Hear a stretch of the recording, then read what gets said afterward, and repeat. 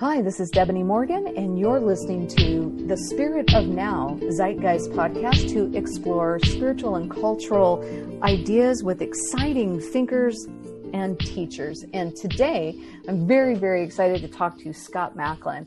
He serves as the Executive Director of Global Online Learning and faculty in the School of Art, Media, and Culture at Trinity Western University. Scott is a PhD candidate just getting ready to cross the finish line in a few weeks in economics and development studies at Nelson Mandela University in South Africa. His scholarship focuses on developing technology-enabled systems and comprehensive strategies to improve education and the ways we engage our learners and constituents. Scott currently serves on the Board of Trustees for the Institute of Christian Studies, Commission for the City of Seattle's Office of Economic and Community Development, and on the advisory board for the Seattle Interactive Conference. Scott is an award-winning author, interactive designer, and multimedia maker. He creates stories using deep media and can usually be found looking for an espresso. Scott, welcome to the Spirit of Now. Hey, Debony. So good to be spending time with you. And first off, according to the Facebooks, there's a picture with your baby's belly. So congratulations. That's amazing. Yeah. Thank you so much. We are very excited. It's going to be my first grandbaby. So yep. my gray hair is officially now grandma hair. And, I think I first met Gwenny when she was maybe 9. So that's been wow. Yeah. No, she was younger than that. She was younger than that? She was younger than that. Yeah. I'm going to blame COVID because time has collapsed in on itself. Right. So I've lost all track. It's March 372. I think everybody can relate to that. Everybody can relate.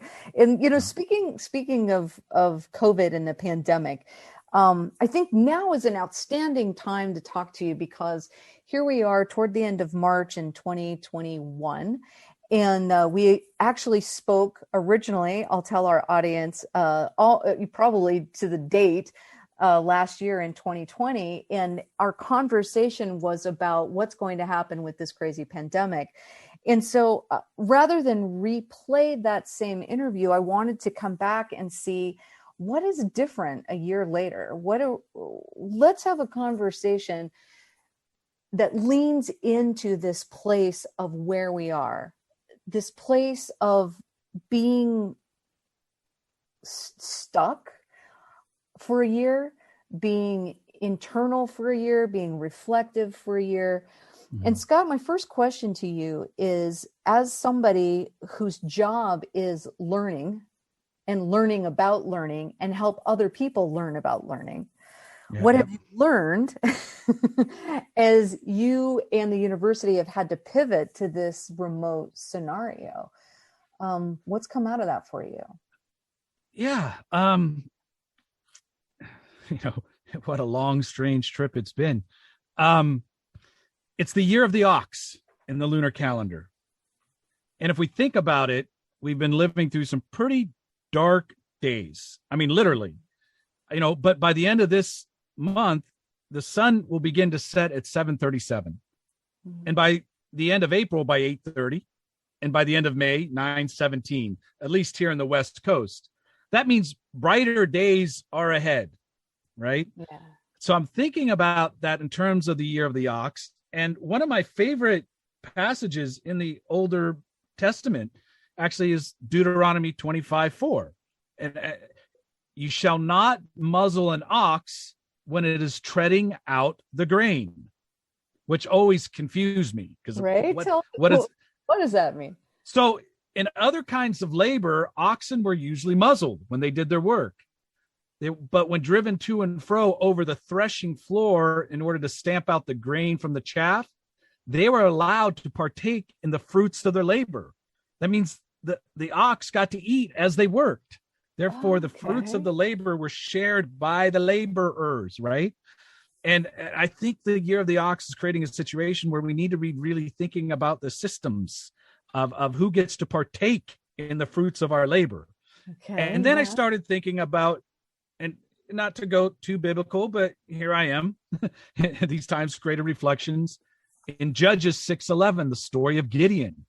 Gideon was threshing wheat at the bottom of a wine press to hide the grain from Midianites, right? What does that mean? To thresh wheat at the bottom of a what does that mean? Well, grain, wheat, were threshed in a threshing floor, and grapes were pressed in a wine press in order to press wine.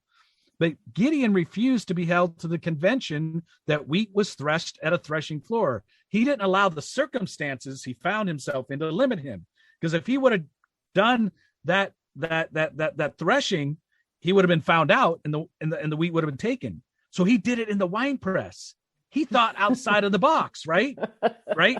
So if anything, this occasion in thinking about how to create relevant, active, meaningful learning, when we are reduced to the Brady Bunch mode, when we are reduced to these boxes, when we are reduced to a format that supports transmission, not necessarily transaction, and how about even trying to get to transformation, because we are cut off from so much of the information that we're typically allowed to participate in when we're dealing with people who happen to be in a room with us. Gesture, silence, body language, right? We have to create interactions mediated through the screen. So trying to thresh wheat at the bottom of the wine press is trying to engage in deep learning in Zoom. Right. But let's not limit ourselves to that. Because I would argue that if you're teaching in a large lecture hall where you have 500 students, anything beyond the fourth row is remote learning anyway. Right? Are you having like that? Yeah. Are you having those meaningful, engaged, deep conversations in a large lecture? So it doesn't. So I'm really thinking about the modality and how to intentionally design with the modality in mind. So this occasion of the shift from this pivot to teaching remotely is, how do we begin to think about multi-access? How can we teach if we have learners in a room with us, at the same time teach learners who are geographically separated but together synchronously because of Zoom, and then even those learners who may be asynchronously trying to participate in their own time? And that's what we've really been working on designing and delivering through our work at Trinity Western. I'm calling that tone, teaching online effectively. And we have tone swap meets. Okay. Right? Where faculty get together and we share. We have tone learning pods, where faculty form pods with other faculty to talk, share, and then we have our tone sessions. So this ultimately leads me to Ecclesiastes 11:4. Those who observe the wind and wait for all conditions to be favorable will not sow, and those who regard the clouds will not reap. So, like Gideon, we need the courage to see. And once we hear God's vision for our life, right, it requires courage for him to take an honest look at who he really was before he had become what God has envisioned. So this vision that's been laid upon us, what are we going to do to think outside the box? But we have to have, what is that North Star? And for me, it's about meaningful, engaged, relevant learning. So there are 7 lessons that I have learned. And if you would like, I'll share those lessons with you. I would like that a lot. Okay. So first you have to start with empathy. You know, no one cares how much you know until they know how much you care. Build that empathy into your design and make sure that especially during this time when the cognitive weight, the heaviness of the times, whether that's due to political just muckness, racial tensions that we need to be accountable and atone for. I mean, learners everywhere, it's heavy. It's hard to be learning right now. Right. So how do we design to make sure that we're providing care? And I love the word curation for this aspect, because curation is rooted in the Latin word cure, which is a priestly function, to care for one's soul. So if we can begin with care and empathy, that's a good place to start. two, the lesson that I've learned and continue to learn, and I know you're going to appreciate this because this came out of a film that I think I saw with you when it came out, which was Pulp Fiction. And we've had many discussions about Pulp Fiction. Was when Mia turns to Vincent and asks, are you the type of person who thinks about what they're going to say? Or are you the type of person who's listening when the person's talking? And he goes, I'm the type of guy who's thinking about what I'm going to say, but I'm trying. I'm trying, right? We need to learn to become better active listeners. We need to learn and model and demonstrate and practice listening to understand before we listen to respond. And I would argue in the West, at least, school systems are set up, listen to respond. Right. So we need, how do we listen? So how do we do that? So when I'm doing a course, I start off every course with a check-in and a little question on a scale of 1 to 5. How excited are you to learn today? And just give every student a chance just to put down 1 to 5, 30 seconds. It gives me a barometer. It gives me a sense of where students are. And then I can tone and tune accordingly, right? So that's 2. 3, create a space for student expertise and leadership to shine. How do we create learning so the students take responsibility and co-ownership of their learning? So in Zoom, what I found to be very effective, and I don't call them breakout rooms anymore. I call them breakthrough rooms. Oh, and it. And in polling and students, I have a prompt. Students go into a break. It's like that same pedagogical approach of turn, talk, share. Turn to your neighbor, have a conversation, come back to the group and share it out. Well, when my students go into breakout rooms, it might be up to 3, it could be 4, sometimes it's dyads too, depending on the topic. And they have a conversation, and we use a collective note taking. We use Google Docs, so they actually have to take notes. So there's a record that they can share collectively with everyone else. And when I asked my students, would you like me to spend more or less time in your individual breakout rooms? Because if I'm in a classroom and we're doing small discussion, I'm still in the room and I can sort of weigh in and move out, sort of listen. What I've heard over and over again from my students is, nah, we got this. Mm-hmm. You know, and by me staying out of the room actually creates the opportunity for them to step up and lead. And practice that. So I think creating those occasions for that leadership to shine is important. And then number 4 is what I call provide cognitive apprenticeship. And that's learning pods. You know, when we used to go on field trips, we called it the buddy system. Who's your buddy, right? Who's going to help keep you accountable in your learning? You know, some people call it core communities of reflection and practice. And there's a lot of research around that.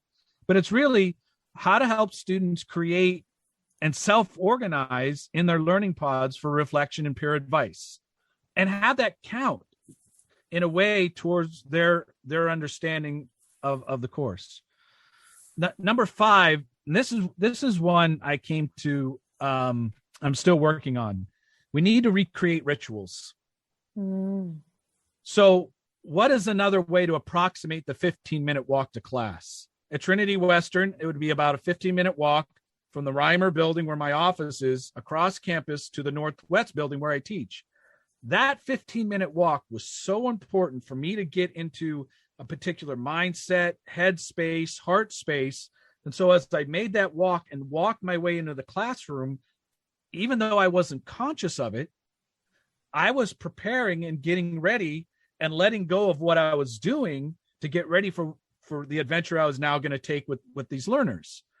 When I'm on Zoom, I may be doing the dishes until 11:59. My class is at noon, and I run downstairs, hit Zoom, turn it on. That's like, you know, there's a great affordance because I can be right there right now. But I need to make sure I'm building in what is the proximal ritual. So now, before I teach, I'm going to take a walk around the block. I have to be intentional about those things. And so it doesn't mean you're recreating exactly what you did, but what are you doing in this modality that sets you up? And that's why these rituals are important.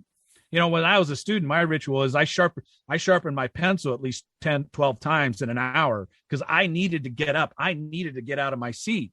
But going to sharpen my pencil, right, was something I could do and not get in trouble for. That's why I think we need to put pencil sharpeners back into every classroom and put pencil sharpeners in every bedroom, because at least it gives you're doing something. And there's just something really cool about that sound, right? So number 6 is discovering surprising advantages of online learning. And what was one of the surprises for me? In face-to-face learning, we tend to privilege the extrovert, the person who's willing to speak out, the person who's willing to talk. They get called on again. Well, what's fascinating about doing breakthrough rooms and doing collective note-taking allows those students who may be on the more introverted side of the sphere the chance to reflect, the time to think, the time to really gather their thoughts before they have to share. And it gives more opportunity for sharing, because when you're talking in a classroom, usually only one person can talk at a time. But when you're sharing notes in asynchronous fashion, they can all be there, and then we can take the time where I can go over and read and give feedback, or other students can go and give feedback. So I think it creates the occasion for more participation. Yeah. If designed. And then the 7th one is really, this really should be the first. Start with the end in mind. What is your hope for your learners? What do you hope that they'll take away from the course? And design accordingly, whether that's a lecture, a reading, a video, a podcast, a learning activity, an assignment, or your assessment. Make sure that all connects with and builds towards not only your expectations, because as the instructor, you create the learning goals, but having an understanding. This goes back to this first part, empathy. What do you know about your students' hopes and desires on what they want out of the class? You know what? Ask them. So I do this Venn diagram assignment. What I expect, what they expect, and then they get to put the third circle and they get to fill it in. Maybe it's their parents, maybe it's their boyfriend, girlfriend, maybe it's their place of work, maybe it's their friends, and then try to come up what's that sweet spot in the middle. The Venn diagram where you have preacher, you have bank robber, and you have DJ, and the spot between the preacher and the DJ is get your hands up. Everyone on the floor, show me the money. In the sweet spot, right? So what's that sweet spot? But hearing from the students so they can articulate their sweet spot, and then I can filter that into my actions. So these 7 lessons learned for me all help me to frame this move from just doing transmission and just transaction to transformative learning. And by shifting the thinking from transmitting knowledge to transforming lives, building relationships, educators can bring the focus back to the human face of education and the priority of the learner's experience. So in some ways, this experience has reframed for me to really think about and design with that learner expectation and the humanity of our learners as the center. Yeah, absolutely. And I just love, just to repeat what you've said, the transmission, transaction, transformation. Yep. That this is going to be helpful for me with Zeitgeist, because, of course, our raison d'etre is to change people's spiritual lives and, in essence, change community through that. And so that's the ethos we begin with. But then when it comes down to curriculum, it's almost like the switch flips. And now it's like, okay, transmission, what are we going to transmit? Yeah. And I think ultimately we are effective at our mission, but it's not because I designed it that way. It's because fortunately, the universe steps in and and creates transformation, even when I haven't created curriculum in the same way that you're describing, but I tell you what, this is very inspirational for me because I can see where this is a radically different model, and I'm betting it's radically more effective. What I can share with you, and you can add it to the show notes if you like, I've actually written a post called Backstage to a Course, and I take you step through step how I designed, I think it was either my cross-cultural communication course or theory and practice of social media. They sort of merge in my brain right now. It's been a long day. I'm trying to hold things together. But the shift, and I think where I'd love to get deep with you in conversation, and maybe we can plan a little Zeitgeist workshop on some of this. Yeah, I'd love to. It gets at this notion of catalytic thinking and shifting the question. And if you can shift the question, you can shift the narrative. And if you can shift the narrative, you can shift the action, right? So what do I mean by shifting the question? So instead of asking, what is the problem and how will we solve it? We ask, what is the future we want to create and what will it take to create that reality? It's a shift in question that actually that'll shift the action. You know, oftentimes we ask the question, how will we pay for that? Where will the money come from? Well, how about if we started with, what resources do we have together that none of us has on our own? What if we started from, that asset audit, not a deficit audit when we're trying to assess out steps? Right. I love that. So, Scott, I mean, as you're talking here, I'm thinking, this is brilliant. This is brilliant stuff. And I'd mentioned in the introduction that you're getting ready to cross that line with your dissertation. Yeah. And, talk about brilliant stuff. Just the title of this is so provocative. Reimagining culture and creative industries, developing career connected pathways. So tell me about that. What does this mean? Why is it important? Yeah. Why are you the man to do it? And if I get a little bit too much in the weeds, just my daughter and my son, Nico and Casey, have a symbol. I know people listening can't see this, but they do a symbol where they take their two hands above their head and form a circle. Right. And that's their signal to me that Papa is oversharing again. So because I can see you and because I'm just in the throes of writing, that's where I'm at. I'm actually writing the acknowledgements and I'm writing the abstract for my work. So I tend to go more off the cuff and talk, but I may actually read some stuff that I've written because I'm kind of addicted to figure out if it's making sense or not. So you let me know, because you could go, what? Okay. I will let you know. But critique. Generally speaking, more is more. So okay. There you go. So the research is rooted in three methodologies, just to state that up front. Margaret Archer, who's a critical realist, talks about, she has a theory of morphogenetic approach to development. The word morph and genesis together, morphogenetic, which basically means development from within, endogenous, right? From the bottom up as opposed to imposed. And it's through activating dormant agency within systems.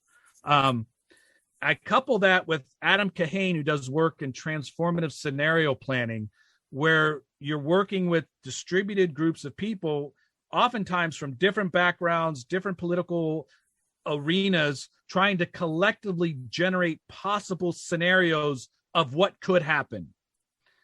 And then I use Cynthia Kurtz's participatory narrative inquiry, which emphasizes narratives of personal experience, diversity of perspective and experiences, interpretations of narratives by those who share them, to do catalytic pattern exploration and narrative group sense making. So I weave those three to create what I call narrative generative narratives, narratives that matter.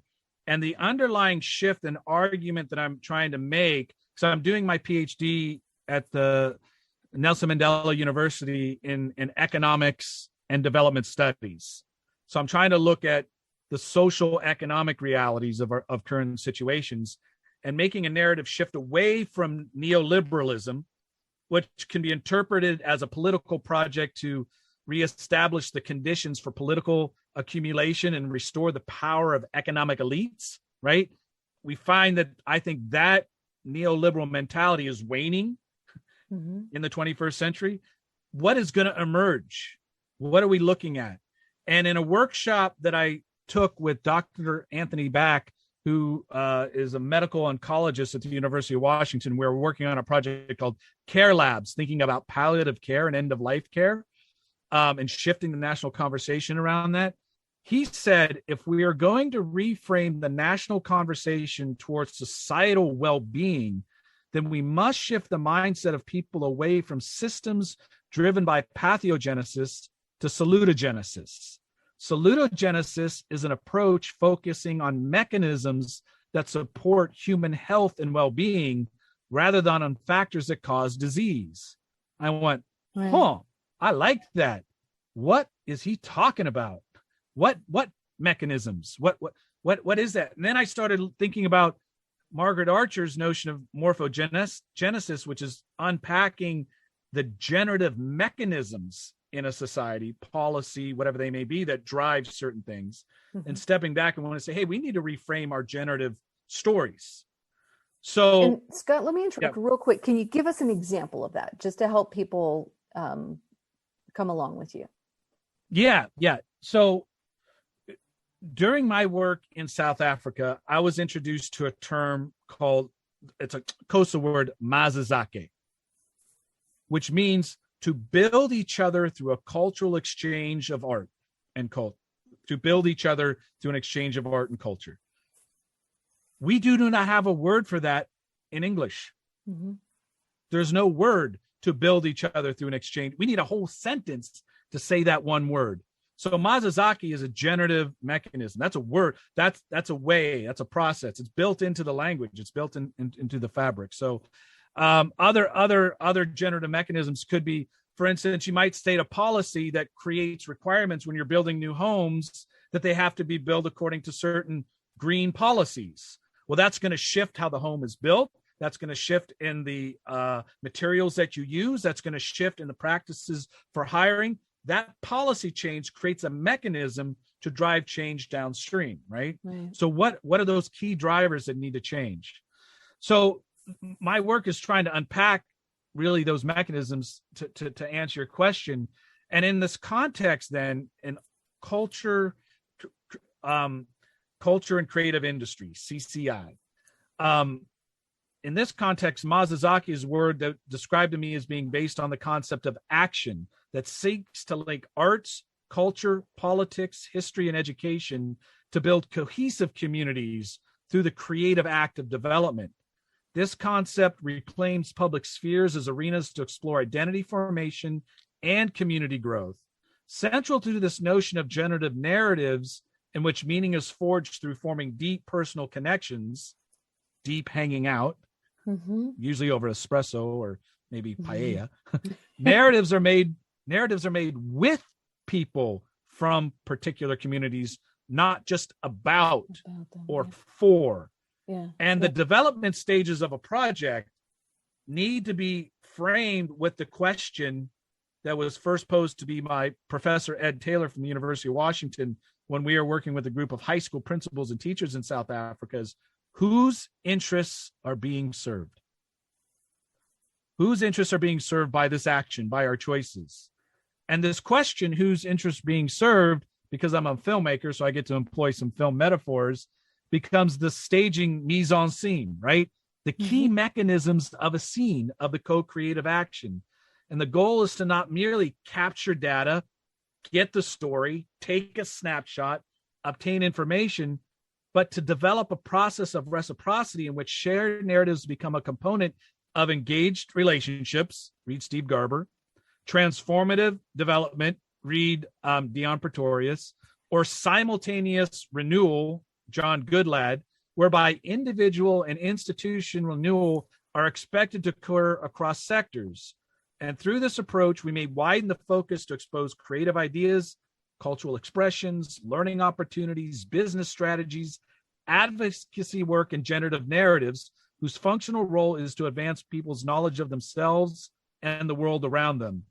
Through the collaborative process of development, ideas come alive and opportunities arise, engaging causes that generate activity around the needs, assets, and interests of particular communities of practice. So I went into reading mode. So that's a lot. Okay.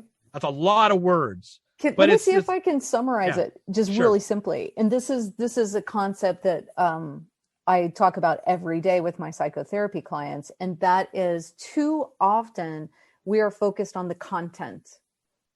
If it's the content of our communication, if it's the goal that we're trying to achieve, but we're content focused. And maybe that's just a cultural thing in this country. And what I understanding you saying is the process is where we pay attention, because it's how we create what we create, how we ask ourselves the questions, and how we create well-being. Yeah. So and ultimately the content will be good if we follow good process. Yeah. But that's where you got to hold content and context simultaneously. That's why it's simultaneous renewal. So right. You don't want to privilege one over the other per se, but ultimately with that question, whose interests are being served, you want to ask, what does the criteria for success look like? And make sure that criteria is developed collectively by the very participants in the system. Mm-hmm, mm-hmm. A neoliberal agenda, say like you're going for a grant. What's that funding agency who's going to tell you what the criteria of success is? Mm-hmm. Not the very participants who often become the least important aspect of the research. So they felt research is being done unto them, not with them or for them. The participants need to be part of the collective defining of the criteria for success, which will drive the action. That's why I talk about shift the question, shift the narrative, shift the action. So that's why I go back to this economic argument. Ultimately, what counts? And if what counts is the neoliberal agenda of profit maximization, well, that leaves out a whole set of mechanisms: social cohesion, spirituality, social emotional language, that are so important, that makes us who we are. Where does that show up and what counts? And that's what needs to shift. So what I'm trying to do is come up with the collective gathering of information to frame that story. Then ultimately what I propose as a deliverable is actually a curriculum that I'm calling the Creative Exchange Learning Collab, which could be taken up. I'm going to Creative Commons open source it, make it available. That could be then baked into, maybe it's geared towards high school students. Maybe it's geared towards college students. Maybe it's geared toward mid-career changers. So the curriculum is designed and can be tweaked accordingly. And then the other thing that I'm developing is what I call the generative narrative planning tool. So one's the GNP-T and the other is the CLCL, right? Sorry, alphabet soup of acronyms make me laugh.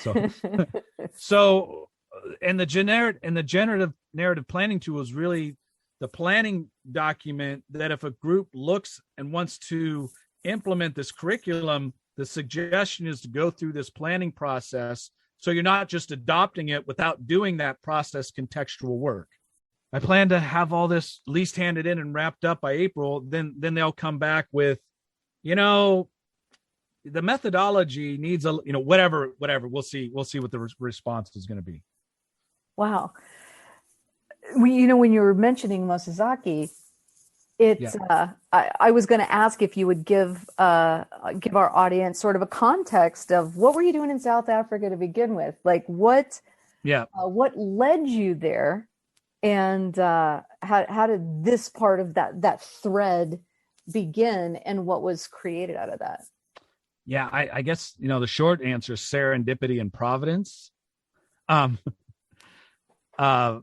I was invited in 2000 to participate in an exchange where a group of educators from the University of Washington went to Port Elizabeth, South Africa, to connect with some faculty at the University of Port Elizabeth, and with principals in township schools to really think about where are potential places of partnership, where are potential places of collaboration. Mm-hmm. And that was a dialogue that has been ongoing since then with some key people. And one of the stories is, this was probably my second trip. So Case would have been 5 at the time. I called home. Hey, Case, how's it going? What are you doing? Papa, what time is it there in South Africa, Papa? I go, oh, Case, it's Friday morning. It's 6 o'clock in the morning. What time is it in Seattle, Case? Oh, Papa, it's 10 o'clock, but it's Thursday here and it's Friday there. Hey, Papa, guess what? What? You're in the future. What's the future like, Papa? And I thought about that. Wow. Throwaway line, but brilliant, because as I got to know the teachers, the cultural activists, the artists in and around Nelson Mandela Bay, I was turned on to the word Ubuntu, mm-hmm. which can be translated, we are, therefore I am. We are, therefore I am. If the common point of identity and agency in the West is built on Descartes' notion of cogito ergo sum, I think, therefore I am, what does it mean to start with the we? It doesn't mean that the I is displaced. It's just put into a different frame. You start with the we. Flash forward a couple of years later, Desmond Tutu came to Seattle. I was part of a team that helped to actually make a film about that. And Tutu tells this wonderful story that basically ends with the tagline, we are different not in order to be separated. We are different in order to complement one another. So as I started thinking about this term Masizakhe, to build each other, this term Ubuntu, we are, therefore I am, to complement one another, that was the seedbed for a lot of the work that I've been engaged with. And in 2016, took the time to put in a proposal to Nelson Mandela to write this up. But I've had ongoing relationships with the core group of folks there. And in fact, Dion Pretorius, who I cite in my paper, is also my supervisor. So the other dynamic is I have a colleague and a friend as a supervisor, and he's actually handled that pretty well because he's found no excuse not to pull any punches on his criticism. I'm like, come on, man. But I'm glad iron sharpens iron, I guess. and I guess because he is a participant in the Ironman, so he's one of those runs 20 miles and swims that stuff freaks me out. My Ironman, when Angelica and I went to Brazil, I invented what I'm calling the Brazilian Ironman, which is basically. Yeah, so you ride a bike for about a half a mile, then you go to one of the waterfalls, then you swim in water for 5 minutes, then you eat a sandwich, and then you take a nap for 2 hours, and you're actually rated on your napping. And so I'm in nap training. Yeah. Okay. Yeah. Okay. I might be competitive in that one. Yeah, I could bring it on. Wow. Well, so can you give me an example of sort of the basic paradigms you're talking about, a collective contextualizing the I being held in the we, and you're talking about culture and creative industries. I understand that you have actually produced something that we could put on a turntable as an example of these principles brought to life.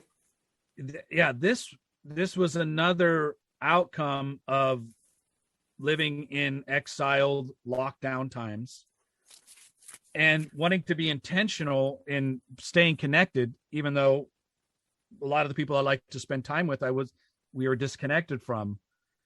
And so myself, my daughter, my friend Steve and his daughter, and my friend James and his daughter, we produced an album, a vinyl album. Like we wrote, produced, recorded, and put out a vinyl album under the name Now Defunkt. And the name of the album is Skills Are Handy, Feel Is Good. I love it. And it was a collectively generated album because it was funded through a Kickstarter campaign. And shout out to you for the contribution. You're part of this, and your Absolutely. name is actually here. And like, for instance, the cover art, the Pacific Northwest artist Erica Grimm contributed the front cover. And for those of you who can't see, it's a picture of a girl flying a kite, and it tries to get at that moment where you're flying a kite. You're so far into that experience of that kite flying, you run off the cliff's edge, and when you don't realize, are you going to soar or are you going to fall? That's what we're trying to get at. But the other thing that's interesting about the artwork, which Angelica actually helped to do the graphic layout and the design, is that we include a whole section where, because we weren't physically together, a lot of the exchanges happen through text exchange, and the artwork reflects that. So, we've got text exchange is like, how about we name the band Family Tree, and then the web says that Family Tree is now defunct. Well, now defunct is a cool name too. What if we go with now defunct? But it's presumptive of funk, which we lack, or at least two of us do. So does 1/3 of funkiness justify the lack of lesser funkability? Or we can just call ourselves children of a lesser funk. My band name is now Lester Less Funk, and I'll only respond to Lester or Mr. Funk from now on. If we ever disband, sincerely, Less Funk. So that type of flavor, right? I want to read something, since Anna Macklin, my mom. One of the texts, because she couldn't help herself, got in on the act. She wrote, "We are invited to join in the joy of the cosmic dance, which is always there. We are in the midst of it, and it is in the midst of us. For it beats in our bones, whether we want it to or not. We cast our spin to the winds and join in the dance. Much love, Nuna Anna." I thought, whoa, that sort of, I don't know what she's talking about, but I dig it. No. That's beautiful. That's beautiful. So the other, for me, this was unexpected, because I never thought this would be something that I would actually accomplish. I came to playing music later on in my lifetime because of my interaction with the Seattle Fandango project, which is participatory music, rooted in participation, not necessarily performance. Because I had a performance hang up. I don't consider myself to be good at playing. So why would I want to do something that I'm not good at? Mm-hmm. And music didn't come to me quickly, right? So I shied away from it. But the Seattle Fandango project, as I was filming it, Quetzal Flores kept saying, "When are you going to put down the camera and play? Everyone plays." And I said, "It's not my thing. Let me bring my talent to the table." He said, "You're not listening. This is participatory. Everyone plays at the level you're playing at." So Ramon Gutierrez, luthier and maestro from Veracruz, Mexico, I was doing a music video with him, made me a jarana, which is it's like a ukulele, but they're double stringed instrument. Mm-hmm. And he made me one and said, in exchange for doing this video, and said, "Now you must play." And I went, "Oh no." so I committed to it a little bit every day, learn a chord. And there's basic patterns. And then there was a community that met every Saturday, pre-COVID, a taller, a workshop where you get together for 3 hours to play one song. But wow. It's intergenerational, kids, aunties. It became the Seattle SFP, the Seattle Fertility Project. I don't know how many children came out of those exchanges. But I finally started getting the shift between performance to participatory. I'm not arguing one is better than the other, but they're different modalities. And coming at it from a participatory way let me off the performance hook and gave me the time to realize people are brilliant players. Maybe they're blessed with a certain amount of talent, but they put the work in, right? Yeah. It's about the work. I had to get through a motivational thing. So I'm not saying that by any means I consider myself okay, but what I am competent is I put the time in, I put the practice, and it's starting to give me the ability to participate in music and open up a side of who I am and what I do that was sort of untapped. So that has been awesome.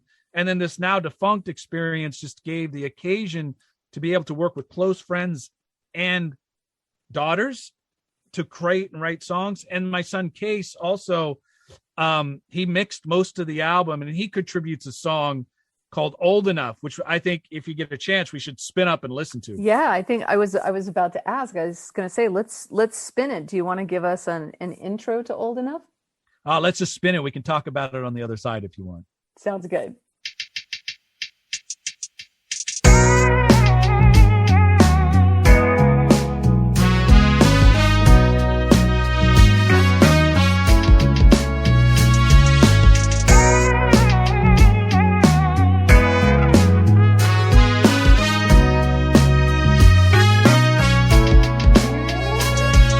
Somewhere in the middle between trauma and nirvana, laughing about some memories we used to call drama.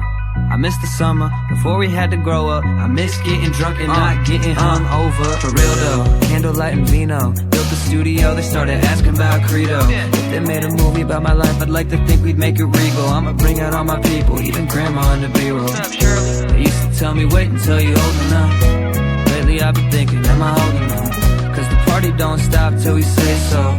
But we only growing up when we sober up. If you're looking for the love, you can come my way.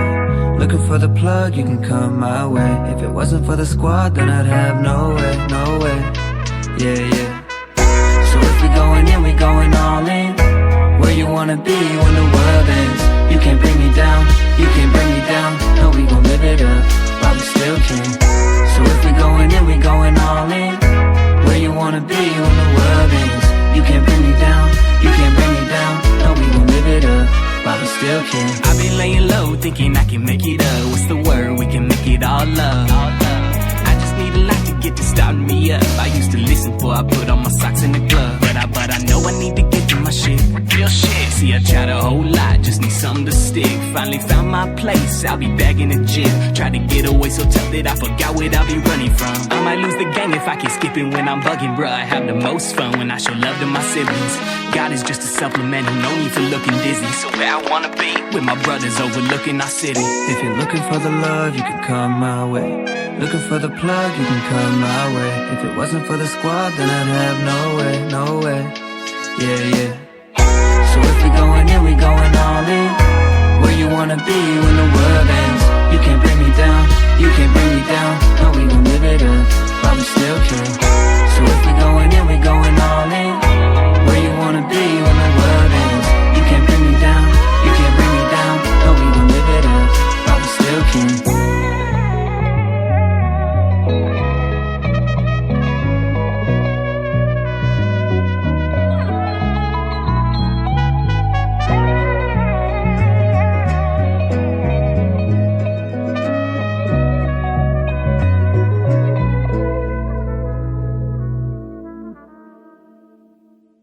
Okay, so that was outstanding. Tell us a little bit about that song. Yeah, so that's Case's song Old Enough. You know, he's early 20s, questioning, am I old enough to take on what the next phase of his life is going to be? We spent a lot of time not asking, what do you want to major or what do you job want to be? The question was always, what challenges do you want to take on? So I think he's questioning that, and he gets one of his friends, Nick Edney and Kaya Barnes, to sing on it. And I think it's got this Motown sort of feel to it, and the horn section is really cool. So I think, as the kid would say, it's a dope song. Yeah, I love the video with that too. Yeah.